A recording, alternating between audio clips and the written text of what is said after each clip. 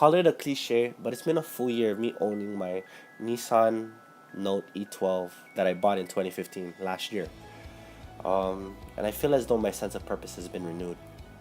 Why am I likening my sense of purpose to that of an object that is solely used for transportation and at times leisure and enjoyment? Well, I'm likening it now to a blessing because in 2000, I think 2012, I believe, I lost my first production car, which was a 1995 AE101 or a Toyota Corolla DX in a horrific crash. I hurt two of my friends. They didn't have any threatening injuries, but it was enough to kind of scar our friendship. And in a way, I was kind of salty about that. But they from time to time remain in contact with me, and they see how I'm doing and kind of helping me heal my own emotional wounds.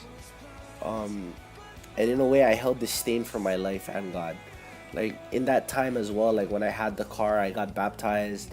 um I did all of that, but I've been doing nothing but screwing up and having that same disdain, thinking that this car, this blessing that I had was taken away. But in actuality, what God was trying to teach me back then, when I before my wreck, was it's not the car, the object itself, but the abilities that comes with the car to enable yourself to become better. And that's why I realized that my sense of purpose now is to be a better person.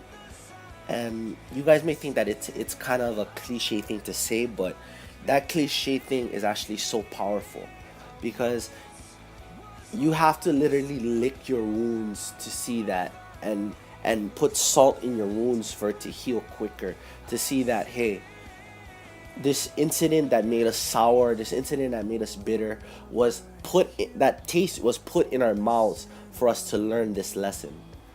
And I'm thankful that my parents made me learn this and made me go through this. Instead of buying me a new car off the jump, they made me work all those years to save up the money to buy this car. And ultimately, yeah, I had the I had a 2006 Dodge Caravan that I drove before with a shot AC, busted up interior. But that made me even more realize that it's not the object that you're being blessed with, it's the lesson that comes with that object that you're being blessed with. And that lesson for me was to be a better person, to humble myself regardless of the the situation, whether it's a positive or even negative.